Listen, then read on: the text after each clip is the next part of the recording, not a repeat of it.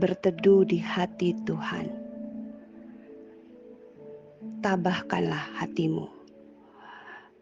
Mari kita membaca firman Tuhan dari Kisah Para Rasul pasalnya yang ke-27 dan fokus perenungan kita di ayat 24 dan 25. Dan ia berkata, "Jangan takut, Paulus. Engkau harus menghadap Kaisar, dan sesungguhnya oleh karunia Allah, maka semua orang yang ada bersama-sama dengan engkau di kapal ini akan selamat karena engkau. Sebab itu, tabahkanlah hatimu, saudara-saudara, karena aku percaya kepada Allah bahwa semuanya pasti terjadi sama seperti yang dinyatakan kepadaku." Saudaraku yang terkasih di dalam Tuhan, memiliki ketabahan di tengah-tengah badai dan kesusahan hidup, itu adalah hal yang Tuhan ajarkan bagi kita pada hari ini. Memang tidak mudah untuk tetap tenang, tetap sabar, dan tetap tabah di dalam menjalani kesukaran di dalam hidup kita. Karena dalam natur kita, ketika kita mengalami kesusahan, badai yang terjadi di dalam hidup kita cenderung panik, kita cenderung cemas, dan kita cenderung tidak sabar menghadapi semua ini. Kita ingin segera selesai, keluar dari masalah yang sedang kita hadapi, bukan? Dan seringkali kita justru tidak mampu untuk menerima semua ini. Kita kecewa dan kita marah kepada Tuhan. Saudaraku yang terkasih, mari kita belajar dari Rasul Paulus di dalam perjalanan pelayanannya untuk mengabarkan Injil. Saudara, kita melihat di dalam seluruh pelayanan Rasul Paulus, tidak ada satupun pekerjaan yang dia kerjakan atas kehendak dirinya sendiri. Tetapi dia melakukan semua pelayanannya atas kehendak Tuhan. Dia tahu dengan jelas, dia peka dengan suara Tuhan dan pimpinan Tuhan, dan Paulus selalu taat kepada apa yang Tuhan katakan untuk dikerjakan di dalam pelayanannya. Maka saudaraku, dengan jelas ketika Tuhan mengatakan jangan pergi, Paulus tidak mau pergi. Itu yang terjadi ketika Paulus mengatakan kepada orang-orang yang ada di sekitarnya yang mengikuti perjalanan Paulus dalam pelayanan. Paulus mengatakan untuk jangan lanjut ke Kreta. Tetapi orang-orang lebih percaya kepada nahkoda, lebih percaya kepada jurumudi.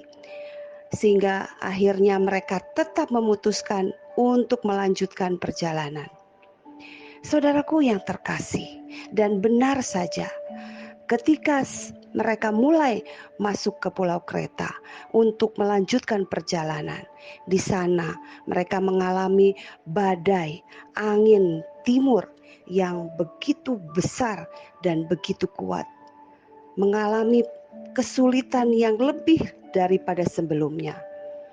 Dan di tengah-tengah kondisi seperti ini, Paulus tidak menyalahkan siapapun, sekalipun dengan hati menyesal. Paulus mengatakan, sekiranya kalian mau menuruti apa yang aku nasihatkan. Saudaraku, ini menjadi jiwa yang begitu besar dari Rasul Paulus. Paulus tidak menyalahkan, tidak marah, tidak kecewa, bahkan tidak mengucapkan kata-kata yang menyakitkan orang. Walaupun dia punya kapasitas untuk itu. Paulus punya hak untuk bicara keras kepada orang-orang yang sudah tidak mau menuruti nasihatnya. Tetapi Paulus mengatakan, jika engkau sudah memilih keputusan ini, keputusan yang tidak mau mengikuti apa yang dikatakan Paulus, dan sekarang tenanglah, tabahlah, hadapi semua ini dengan hati yang tabah. Dan ada satu hal yang indah, saudaraku. Mengapa Paulus begitu yakin dan begitu kuat tabah menghadapi semua ini? Karena Rasul Paulus percaya kepada Tuhan, percaya kepada pimpinan Tuhan, saudara. Paulus sadar dalam perjalanan ini bukan sekedar perjalanan yang biasa atau pekerjaan pelayanan yang sesuka hati Paulus, tetapi Paulus tahu di dalam perjalanan ini ada tujuan yang harus dia capai, yaitu tujuan Allah, bukan tujuan dirinya. Bahwa dalam perjalanan ini dia akan menuju ke Roma, bagaimana Paulus akan menjumpai Kaisar. Saudaraku yang terkasih di dalam Tuhan, dan Paulus begitu peka dengan suara Tuhan. Paulus peka bagaimana dia mendapatkan penglihatan, malaikat mengatakan, "Jangan takut kepada Paulus." Saudaraku yang terkasih, di dalam pelayanan mengikut Tuhan, di dalam kehidupan kita melayani Tuhan, mengikuti Tuhan, saudaraku, tidak semua berjalan dengan lancar. Ada badai yang bisa dihadapi seperti apa yang dialami Paulus. Bukan hanya badai, kapal mereka pun karam, bahkan mereka kelaparan di tengah-tengah laut. Tetapi saudaraku, karena Paulus percaya kepada pimpinan Tuhan, bahwa Paulus sedang berada dalam perjalanan menuju apa yang Tuhan kehendaki, maka Paulus tidak takut dan dia dikuatkan oleh Tuhan. Bahwa yang terpenting adalah tujuan akhir dari perjalanan hidup kita. Saudaraku, seringkali kita pasti kecewa kalau yang kita jalani adalah tentang kita. Maka kita kecewa karena kita tidak mendapatkan apa yang kita inginkan. Tetapi ketika kita sadar bahwa kita hidup untuk tujuan Allah, bukan untuk diri kita sendiri, kita sadar seharusnya hidup kita sama seperti Paulus, bahwa kita punya tujuan untuk Allah, hidup kita untuk Tuhan. Maka saudaraku, di dalam semua kesusahan, kesulitan, kita tidak pernah dibiarkan, karena Tuhan tahu Tuhan sedang membawa kita kepada satu tujuannya yang begitu jelas dan mulia. Maka saudaraku, kesusahan seberat apapun tidak akan pernah menghentikan langkah kita, karena ini bukan tujuan hidup kita. Mari kita koreksi diri kita. Apa yang menjadi tujuan kita hidup di dunia ini? Kalau hanya sekedar untuk diri, maka pasti kita kecewa, atau kita paksakan Tuhan memberikan apa yang kita mau. Tetapi saudaraku, kalau kita tahu tujuan hidup kita untuk Tuhan, untuk memuliakan Tuhan, maka apapun yang terjadi dalam hidup kita, sekalipun itu badai yang menimpa kita, kita akan tetap menjalaninya dengan tabah. Karena kita tahu kita pasti melewatinya, kita pasti melewatinya. Karena yang terpenting tujuan Allah kita capai. Bukan segala sesuatu untuk diri kita sendiri. Saudaraku, biarlah kita boleh menjadi Paulus yang akhirnya memberikan pengaruh yang begitu besar bagi sekitarnya. Karena Paulus ada di sana, maka seisi perahu itu semua selamat. Karena ada satu orang yang taat kepada panggilan Tuhan, taat kepada apa yang Tuhan inginkan, maka sekitarnya juga mengalami dampaknya. Kita teringat Yunus. Yunus lari dari Tuhan, lari dari panggilan.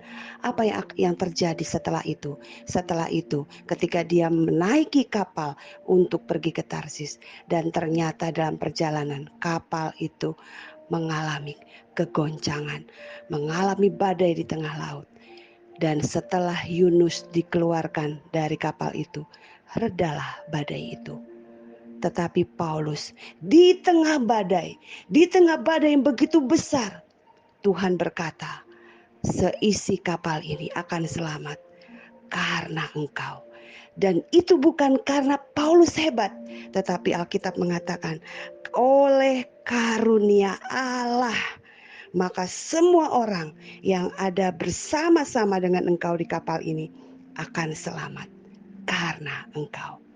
Saudaraku, biar kita boleh memiliki karunia Allah dalam hidup kita, dan kita Kehadiran kita bukan membawa badai, tetapi kehadiran kita boleh memberi ketenangan, memberi ketabahan, memberi kekuatan bagi sekitar kita, dan memberikan dampak keselamatan di sekitar kita.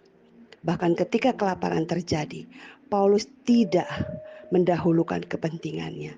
Paulus juga mengalami kelaparan, saudara. Tetapi yang terpenting bagi Paulus apa? Dia berikan semua orang yang ada di kapal itu makan sampai kenyang. Dia tidak pernah memikirkan untuk dirinya.